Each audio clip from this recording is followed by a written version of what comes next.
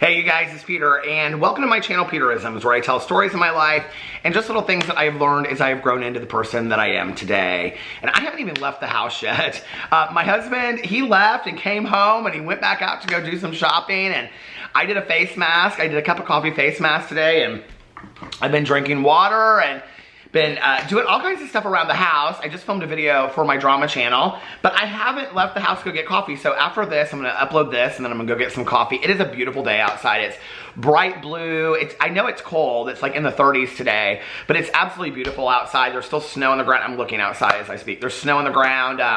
It's just a very, very calm, I think, end of winter. I think we're coming up on the end of winter, you know? So, but I'm glad that we got a little bit of snow this week. That made me happy.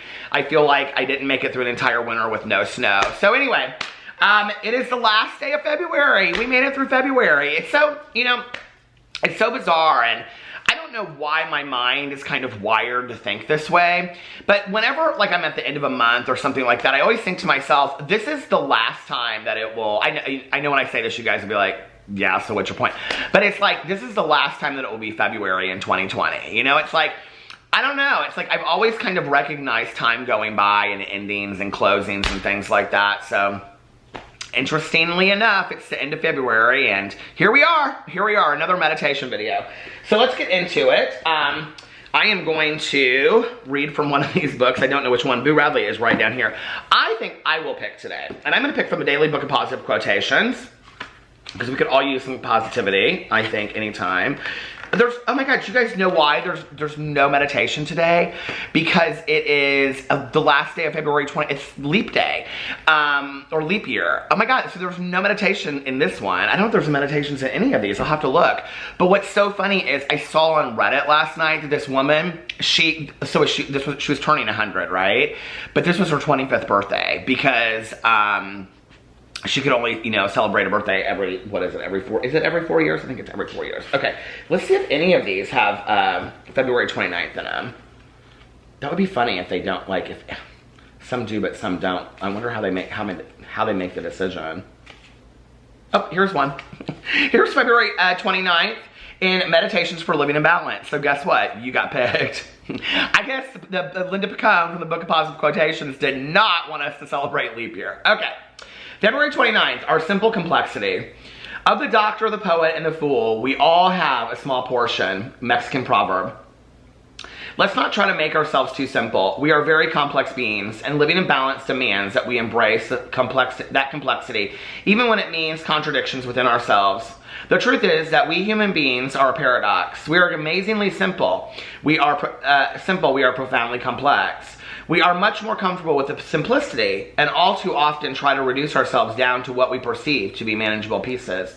Then, to confound the picture, we discover that we are not only composed of all kinds of cooperating, conflicting, and confusing pieces, we are also made up of differing, debilitating, dramatic, and engaging and disengaging processes. What's a person to do? This is a confusing meditation, isn't it? Not really. Hold on. What's a person to do? No wonder our first reaction is to try to reduce all this teeming mass down to a few manageable pieces. Fortunately, this strategy doesn't work. We are much too much for ourselves. We are the doctor, the poet, and the fool, as well as the parent, the teacher, the pupil, the boss, and the employee. We are building, destroying, creating, inventing, relaxing, and plunging up, down, and sideways. We have parts of the whole, and we are the whole. Isn't this exciting? See if there are ways you have tried to reduce yourself to a controllable size. What ways do you curb yourself and reduce yourself? See if you really want to do this. I think it's a really interesting meditation, you know, like that. I think in some situations, like I'm even just like thinking of myself, you know, in some situations I'll talk and be like, I'm just like, I lead such a simple life. I'm very simple and whatever. And then in other situations, I'll be talking to people, you know, like I know Boo Radley. Boo Radley wants to be in this meditation so bad. In other situations, you know, I'm like, it's a very, very complex situation. Like, you really wouldn't understand, you know, like, it's complicated on Facebook. All that, right?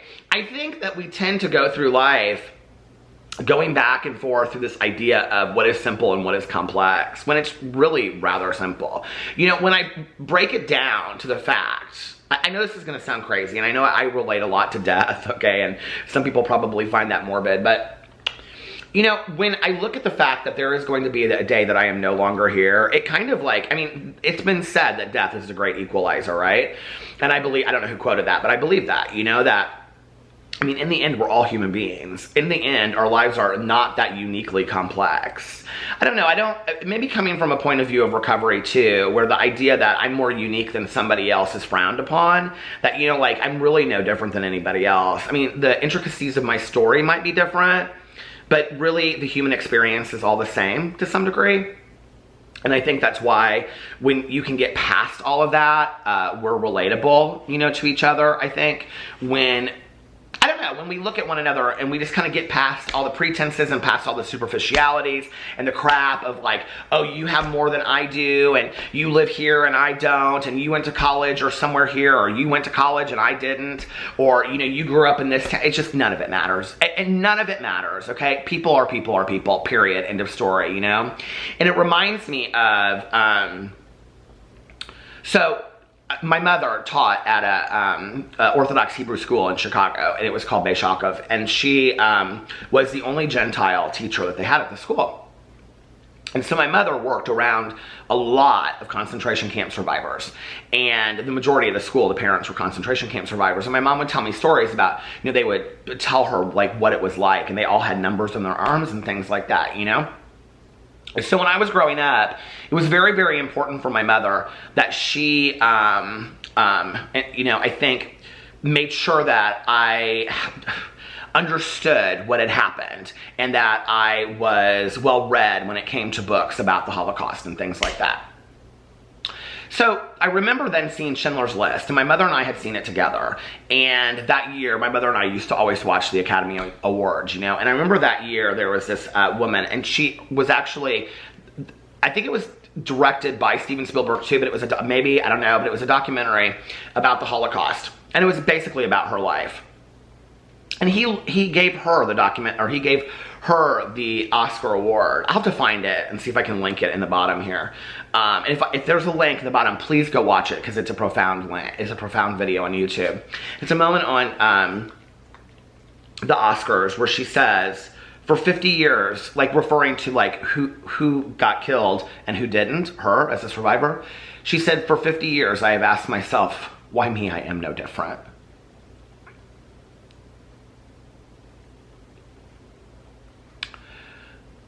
Well, I look at all of the people that I have lost as a result of drugs and alcohol, and many times I have to say I've asked, why me? I am no different, you know? Like, why am I here and they're not? I think the human condition is one that at times can seem extremely complex and at times can seem extremely simple. But I think at the end of the day, death is the, you know, almighty equalizer of all of us. We're all going to die one day. What does that say for our lives? How do we want to live our lives? And I think it all is about, you know, we're all just human beings trying to get by. And that's really what it's all about. It's really just not that deep. It really isn't, you know. I know people think it's funny when I say that, and I've kind of, you know, I say that a lot in my videos. It's not that deep. It isn't. It isn't. None of it is. And when we start thinking that all of this is super, super deep in our lives, right? That all of my stuff is so deep and you wouldn't understand it. What you're doing is you're guarding yourself and you're pushing people away because you don't want people to relate to you. Because if they relate to you, you might have to let them in. And if you have to let them in, then you have to have relationships in your life. And you're too afraid of that because you've been hurt in the past. And that's the reality. We don't want to let people in. So what we say is you wouldn't understand, it's too deep. No. You know, I remember years and years and years ago, I saw the Oprah, where I've talked about this on here before, where Oprah went to the Joliet prison, or in Joliet, the Illinois State Prison, women's prison, and she interviewed women. You can see this clip online too. If I can find this, I'll link it below as well. It would just be links and links and links underneath there, but, oh, Boo Radley's gonna find his place to sleep today. Oh, you stopped? Okay. But, you know, she, at the end, she interviewed these women that had killed their infant children. And at the end, and they went in and they explained why, and one of, you know, they were all situations like the baby wouldn't stop crying. So one mother put it in the freezer. And one mother couldn't get her child to eat. And she had killed not one, but 2 children. She told part of her story because it was like Oprah showing her aha moment. It's actually on the aha DVD, which somebody just sent me. And at the end, Oprah said, one of the women after the show came up to me and she said to me, why don't you hate us? Like, why don't you hate me? And Oprah looked at her and said, hate you? No, I don't hate you, see, because that's what you do with your pain, but I do something different with mine. And pain is universal, see? Like, we all have pain. We all suffer inside. It's how we express it on the outside. It's what we do with it, you know? Some of us express pain by hurting other people. Some of us express pain by hurting ourselves with drug and alcohol and other forms of hurting ourselves, you know? Some of us, you know, like, express our pain by being artistic. Some of us express our pain by athletics and running, you know? There are healthy ways to express our pain and there are unhealthy ways, you know? Some of us express our pain by going to a counselor and sharing what's going on or working a 12-step program and those kinds of things. And a lot of us express our pain in unhealthy ways as well. I have expressed my pain in unhealthy ways in my life. But I think that at the end of the day, we have to realize that we're just not really that complex. We're just really not that deep. We really aren't, you know? And, you know, if you wanna simplify your life real quick, let me tell you something. I don't remember what it's called. I think it's called Aliens or the Universe. It's the Stephen Hawking thing. It used to be on Netflix, and it was like 3 parts, and the first part was about aliens. But when it starts in New York City, and then it spans out to like the you know, looking at the whole Earth, and then to like the moon and the sun and the planets, and it goes out here and it goes, I mean, and real quick you realize I'm nobody. Like, in the grand scheme of things, I'm really nobody. And the thing is that whenever I say that, people are like, don't say that, you're somebody. I mean, we're all somebody, okay? I understand that, we're all somebody. But what I mean by that is that, like, in the grand scheme of things, like, how I live my life and what happens to me is very small in the size of the world. That doesn't mean that it doesn't matter. No, it doesn't mean that at all. Very small people, very small, have had huge footprints on this earth. But what it means is that I shouldn't get so caught up in my own self-importance, my own complexities. It doesn't matter. Have you ever known anybody that they just want to tell you how important they are all the time? And it's just like, we get it, okay? Like, you're somebody. Congratulations, you know? All right. Before, boys, they are so cute. You want to see? Okay, I'm sure you do. Look at them. Boo. Before I get into citing examples of people who think they're pretty self-important that I know in my personal life, we probably shouldn't do that. Okay, and they're nobody that you would know. They're not YouTubers, so you don't have to guess. Okay, which one should we read next? Tucker, here, let me fix your ear. Okay, now you pick. Which one do you want to read next? He's just looking at me like I'm crazy. Pick one. You're not gonna pick today? Okay. I think we will pick A Time to Be Free. Daily Meditations for Enhancing Self-Esteem. Well, we have to check and see if they even have one for February 29th, don't we, baby? Okay. He said it's not going to because they're not nice people. Don't say that. They don't have one, though. Forgiving and moving on. We have another plan in place in case this doesn't go through. Oh, well, this one's on meditation. I don't feel like doing that one. It was like, I don't know, it's basically reading about what I'm reading and what I'm doing here. Okay. Okay, here's February 29th from Nightlight by Amy Dean, a book of nighttime meditations. February 29th. The preservation of health is duty. Few seem conscious that there is such a thing as physical morality. Herbert Spencer. How often do we allow ourselves to become hungry, angry, lonely, and tired? I'm smiling because that's a 12-step, like saying halt, H-A-L-T, halt, like stop. Your like life is out of control. How are you too hungry, angry, lonely, or tired? It's kind of a check-in that we do in recovery that we ask ourselves, are you too hungry, too angry, too lonely, or tired? And you should never let yourself get too much of any one of those things because then your life is disproportionate, and what's going to happen is that it's going to lead to being, you know, restless and discontent, irritable, restless, and discontent, and then it could possibly lead to relapse, and, you know, so not good. It's not a good thing. Okay, the preservation of health is duty. Few seem conscious that there is such a thing as physical morality. Herbert Spencer. How often do we allow ourselves to become hungry, angry, lonely, and tired? When we are feeling those feelings, we are not taking good care of ourselves And when we're not in good physical health, our emotional health also suffers. Our past may have been filled with fast food and empty calories or sleepless caffeine-filled nights. Hello! That's my life right here. Just as we need to take steps today for our emotional well-being, so must we take steps for our physical being. That's true. The first step is good nutrition. We can become conscious of the foods we eat and the vitamins we need. The second step is to exercise our bodies. The third step is to break lonely isolation by making wise choices, attend meetings, or spend time with friends. The fourth step is unloading our feelings of anger, frustration, or sadness. The fifth step is to get plenty of sleep. We can change hungry, angry, lonely, and tired. Halt. With these 5 steps, we can be renewed. Tonight, I will sleep soundly, for with a healthy mind and body, I can make healthy choices tomorrow. It's such a good meditation, you know, it's such a good reminder. And Alex and I were just talking about that. He's like, I feel like I've been eating like crap, and I haven't been sleeping real well, and I was like, well, I'm right there with you. I stayed up real late last night because I'm trying to finish all these books for February, because I'm trying to read a bunch of books for February, but I think it's such a good, you know, when I'm like taking care of my body is when I feel the best. I have to tell you, this is an interesting story. It comes up a lot in my personal life because somebody will mention like a raw foods diet, and Alex always throws it out as an example. But several years ago, I think it was like 4 years ago, just for a month, it was the month leading up to Thanksgiving.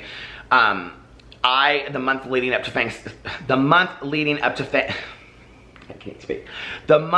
up to Thanksgiving, I did a raw foods diet. And basically what that means is that you don't cook any of your food. You don't like, hi.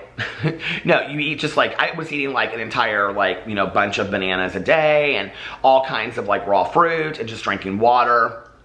You can't cook anything, it can't like be heated, you just eat it raw. And it's a lot of raw nuts and things like that. So like, not even dried fruit. You don't even really eat dried fruit, you just eat like nuts and whatever. And I was making these huge salads, and I would like, the salad would be like this big for dinner, right? It was in this plastic bowl. And I would just get one of those bags of lettuce and I would throw it in there, and then I would put nuts in there and all kinds of stuff. And I allowed myself, okay, this is the one cheat that I did, to have 1 tablespoon of that yogurt, I don't know what it's called, that it's like really like all au naturel, but that yogurt dressing, it was like ranch dressing, but it was like made from yogurt. And it was like 20 calories or 10 calories or something, and it had like no fat. It was like, anyway, I had that. Maybe it was like a teaspoon I used. I don't even know. It's a really small amount. That was it. That month, I have never felt so good in my, well, I will tell you, I spent more money than it was so expensive to eat clean like that. But I felt so good. I felt so good. And I watched all these people doing these videos about it on YouTube, you know? And they would say that once you start a raw foods diet, get ready because you're going to be more hungry than you've ever been. Because the more you eat, the more your body needs of these like raw food. I was hungry all the time, but like I felt fantastic. In 30 days, my skin cleared up. I was sleeping like 8-9 hours of sleep at night. And if I wasn't, I was like sleeping 6 hours, but I felt completely rested. I was in a great mood all the time. It was unbelievable. I have never in my life felt so good. And so it's just, it shows, you know, I mean, it's testament to the fact that how we eat and what we put in our bodies really does dictate how we feel. So I don't know, maybe I need to do that again. I think I need to do that again. I'm going to Phoenix next weekend, but maybe when I come back, because then we're going to we're going to Miami for Ultra. Maybe the 2 weeks leading up to that, I will just do a raw foods diet. I'll be like, yes, I'm in shape. So anyway, let me know what you think about all of that. Put it in the comment section below. I hope you guys are having a great weekend. I love you, and I will see you tomorrow. Bye.